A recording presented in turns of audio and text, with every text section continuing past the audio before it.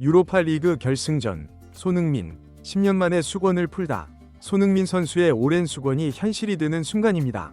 토트넘 호스퍼가 유로파 리그 결승전에서 맨체스터 유나이티드, 맨유를 물리치고 지긋지긋한 무관의 굴레를 벗어던졌습니다. 손흥민 선수 또한 프로 경력 최초로 우승컵을 품에 안는 영광을 누리게 되었습니다. 지금부터 이 역사적인 승부의 흐름을 상세히 전달해드리겠습니다. 손흥민의 간절한 우승 열망과 시합 전 기대감. 손흥민 선수가 토트넘 유니폼을 입고 10년 만에 트로피를 들어올릴 수 있었던 더할 나위 없는 기회였습니다. 골키퍼 비카리오 선수마저 손흥민 선수를 위해 우승하고 싶다고 밝힐 정도로 중요했던 이 대결. 2024-2025 유로파 리그 결승전은 스페인 아틀레틱 클루브의 홈구장인 에스타디오 산 마메스에서 펼쳐졌습니다.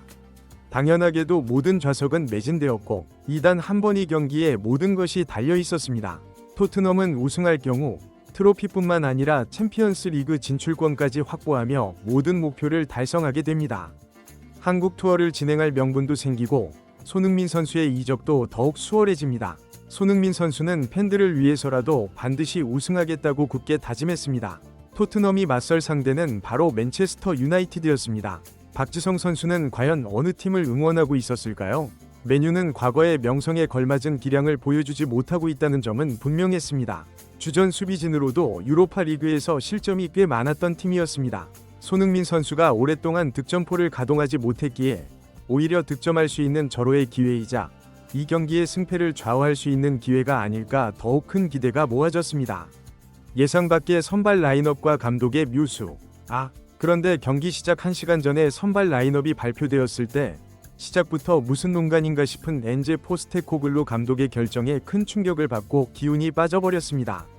손흥민 선수가 선발 명단에서 제외되어 있었던 겁니다. 손흥민 선수가 크리스탈 팰리스전부터 몸 상태를 끌어올려 아스톤 빌라전에서도 70분가량을 소화하고 5일을 휴식했기에 무조건 선발 출전할 것이라고 생각했는데 선발에서 제외시킨 것입니다. 게다가 손흥민 선수는 경기 전 기자회견에서 선수 대표로 인터뷰를 진행하며 90분 풀타임을 소화할 준비도 되어 있다고까지 말했습니다. 긴장된 마음으로 라인업을 위에서 아래로 천천히 살펴보았는데 예상했던 라인업대로 흘러가고 있었습니다. 비카리오 골키퍼, 페드로 포로, 크리스티안 로메로, 미키 반 더 베르, 데스티니 우도기, 파페사르, 로드리고 벤탄쿠르, 브레넌 존슨, 마노르 솔로몬, 그리고 손흥민 선수가 아닌 히샬리송 선수였습니다. 신경 쓰이는 부분은 있었습니다. 이 경기가 선발 출전이 더 큰 의미를 갖겠지만 이 중요한 경기가 흐름상 90분 풀타임을 소화하기 어렵고 만약 선발 출전했다가 교체될 경우 경기 종료 시 벤치에서 결과를 받아들여야 하는 모습이 다소 아쉬울 수 있다는 점입니다.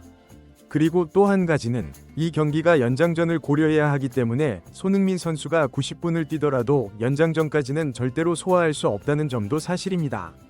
엔제 포스테코글루 감독의 의도는 마지막을 더 중요하게 생각한 것 같았습니다. 그렇다면 이제 손흥민 선수가 몇 분에 출전할지가 관건인데 이는 경기 상황에 따라 달라질 수밖에 없을 것입니다. 골이 터질지, 어느 팀이 먼저 득점할지, 토트넘의 팀워크에 문제가 없을지, 이 결승전에서는 토트넘 선수들을 탓하며 문제가 발생하기를 바랄 수는 없습니다. 맨유의 선발 라인업을 보면 오나 골키퍼, 요로, 해리 맥과이어, 루크쇼, 누사이르 마즈라위, 카세미로, 브루노 페르난데스, 아마드 디알로, 라스무스 호일룬, 메이슨 마운트였습니다. 맨유 역시 스피드 있는 가르나초 선수 대신 기술적인 마운트 선수를 선발로 내세웠습니다. 결승전은 골을 넣는 것보다 실점을 최소화하기 위해 신중하고 수비에 더 집중하는 경향이 있기에 어쩌면 이 경기는 어느 팀이 먼저 실수를 저지르느냐가 승패의 갈림길이 될 것입니다. 토트넘은 확실히 모든 선수들이 수비에 능하다는 장점이 있었습니다. 결승전에서는 경기력 자체가 아무런 의미가 없습니다. 골을 넣고 승리하기만 하면 되는 것입니다. 전반전, 토트넘의 선제골 장렬. 맨유는 초반부터 점유율을 높게 가져갔습니다. 맨유의 왼쪽 윙어 아마드 디알로 선수가 날카로운 드리블로 토트넘 수비를 흔들어 놓기도 했지만 딱 거기까지였습니다. 양팀 모두 위협적인 득점 찬스는 없었습니다. 어떻게든 파울을 유도하여 세트피스로 골을 만들겠다는 의지가 양팀에게서 엿보였습니다. 전반 10분, 토트넘에게 먼저 기회가 찾아왔습니다. 존슨 선수의 압박이 성공하여 페널티 박스 안까지 침투했고 날카로운 컷백이 나왔습니다. 이어서 사르 선수의 발리 슈팅까지 이어지며 위협적인 순간을 만들어냈습니다. 메뉴도 한 차례 결정적인 찬스를 잡았습니다. 아마드 디알로 선수가 우도기 선수를 제치고 슈팅 찬스를 만들었는데 그 순간은 정말 골이 들어간 줄 알았습니다. 하지만 아쉽게도 골대를 벗어났습니다. 정말 간담이 서늘했습니다. 하지만 딱 거기까지였습니다. 아마드 디알로 선수가 경고까지 받게 되면서 토트넘이 원하는 대로 흘러갔고 점유율도 밀리고 패스 성공률도 매우 낮았지만 전반 40분 토트넘의 선제골이 터졌습니다. 미드필더 사르 선수와 벤탄쿠르 선수가 멋진 호흡을 보여주었고 사르 선수가 크로스를 올렸는데 그 공이 페널티 박스 안에서 혼전 끝에 골로 연결된 것입니다. 처음에는 누가 득점했는지 알 수 없었는데 주인공은 존슨 선수였고 사르 선수가 올린 공이 루크쇼 선수의 몸에 맞고 굴절된 것을 존슨 선수가 발을 갖다 대면서 아슬아슬하게 골망을 흔든 것입니다. 처음에는 자책골로 인정되었으나 최종적으로 존슨 선수의 골로 기록되었습니다. 살짝 스쳤나 봅니다. 앞서 언급했듯이 경기력이 어떻든 기록상 슈팅이 3개밖에 되지 않았지만 긴장감이 넘쳤고 이렇게 1대0으로 토트넘이 전반전을 앞서 나가게 되었습니다. 전반전 종료 휘슬이 불릴 때는 손흥민 선수가 그라운드에 나와 선수들을 격려하며 사기를 북돋아 주기도 했습니다. 경기 중에도 손흥민 선수가 몇 차례 화면에 비춰졌습니다. 전반전 메뉴가 더 공격적이었던 탓인지 평점으로는 메뉴 선수들이 더 높았고 토트넘은 존슨 선수와 비수마 선수가 7점대 평점을 기록했습니다. 후반전 손흥민의 투입과 토트넘의 견고한 방어. 이제 우리에게 가장 큰 관심사는 손흥민 선수가 과연 후반 시작과 동시에 출전할 것인가 하는 점입니다. 당연히 모두가 이를 바랐지만 엔제 포스테코글루 감독은 선발 라인업을 그대로 유지했습니다. 오히려 앞서 나가고 있고 수비적으로 더 안정적인 상황이었기에 명분은 충분했습니다. 후반전이 시작되자마자 메뉴의 일방적인 공격으로 경기가 진행되었습니다. 하지만 메뉴의 공격은 정말 무기력했습니다. 토트넘전에서 늘 그랬던 것처럼 득점하기가 매우 어려워 보였습니다. 토너먼트에서 토트넘의 수비가 매우 강력하다는 점은 다들 아시죠? 토트넘은 1대0으로 계속해서 잘 버텨내고 있었지만 문제는 손흥민 선수의 출전 시간이 계속 줄어들고 있었다는 점입니다. 히샬리송 선수가 엄청난 활동량으로 수비 가담까지 해주고 있어서 뭐라고 하기도 난처했습니다. 6분 손흥민 선수가 마침내 그라운드를 밟습니다. 히샬리송 선수가 체력적인 한계에 도달했다며 스스로 교체를 요청할 정도였습니다. 그만큼 많이 뛰긴 했습니다. 손흥민 선수는 유로파리그 결승전에서 약 30분간 뛸 수 있게 되었습니다. 손흥민 선수가 활약하기도 전에 토트넘은 가슴 철렁한 순간을 맞이했습니다.